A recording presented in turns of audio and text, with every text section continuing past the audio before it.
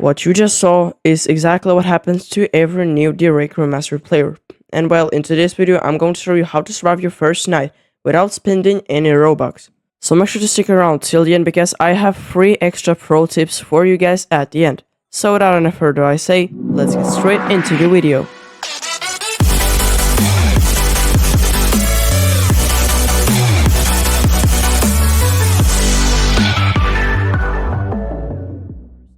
Not all hiding spots are created equal. For your first night, stay indoors, above the ground, or behind a large object if you can. Never run in the open during the night. The Rake loves that. So I have actually 2 spots that I recommend you guys to use to survive your first night. So the first one is the safe house. So to do that, you have to find the center of the map. So this key right here, so the entrance right here, just look straight, then a little bit to the right, and start running.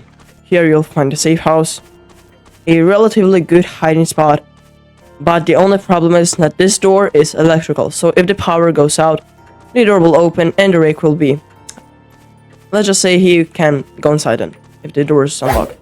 So the best spot is actually the tower. So to do that, entrance straight, then rotate here and start running straight forward. The map is pretty small, but you guys might think that it's big just because of the fog and all of the other things. So this right here is the observation tower. So simply go up here. So why this right here is one of the best spots is because it has a trapdoor right here, guys. So even if the power goes out, you will be able to keep this thing closed. And so this actually has a timer. So if you release 4 seconds, you'll have enough time to go over here, jump down this haystack right there, to basically like land and run away before the Rake goes down. Because obviously if he does go down, you have to run for your life. So yeah, let's just wait for the night, and here it comes. Also guys, a very important thing to remember is that the day is only 2 minutes and 30 seconds, while the night is 8 minutes and 30 seconds. So it is harder to survive during the night. Once you're in your hiding spot, stay calm. Night 1 is all about patience. Oh, here comes the Rake, right? Jump down. Run, guys, run. Alright, shift, run. Just run somewhere. Take out the flashlight. This does not attract the Rake. Alright guys, so this right here is really bad because we had to leave our safe spot to avoid getting killed by the Rake. So right now we are running in the woods and the Rake can pretty much attack me from any angle. This right here is the position you do not want to find yourself in during your first night. We can still try to find something. Where is... oh, here, there it is. Run. And at this point I started thinking about returning to the tower, but then I remembered that the Rake can actually be around there and camping for players. So that's why I did not do that. And let's just say that saved my life. Come to the tower. Oh yeah, also guys, a tip here. Always keep full stamina, so do not use it up, because if you will have no stamina when the Rake comes, you will die because you will not be able to run away from him. So right now I'm going to walk, so if the Rake spots me, I will at least have a chance to run away and survive. Also guys, lights, like in the safe house or the projectors on the tower, do attract the Rake. But the flashlight doesn't, I mean, it does attract a little bit, but not that much. So the flashlight is relatively safe to use.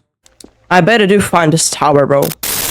Well, from what I know, if I remember this correctly, to get to the tower from the shop, look forward and then left.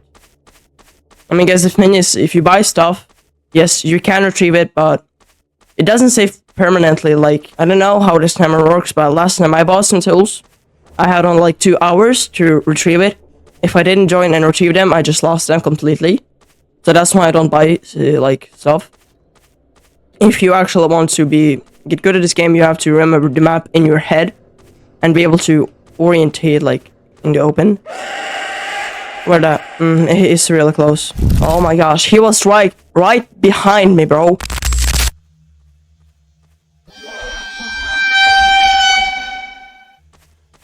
Rake is right there. This guy's running from him. I better run. I just saw him. Guys, I don't know if there are like 2 rakes or 3 rakes or 1 rake in this game. I do not know. Like, for real. Alright, guys, so the night has ended and we did survive. Oh yeah, bro. So here's the shop, and there's the tower. Told you.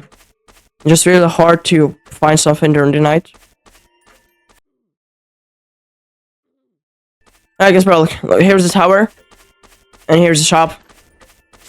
It's just really hard to find anything without the map or the compass during the night specifically. Alright, guys, but now that we're safe, I have 3 pro tips for you guys that will help you survive. So the first one is always keep an escape path.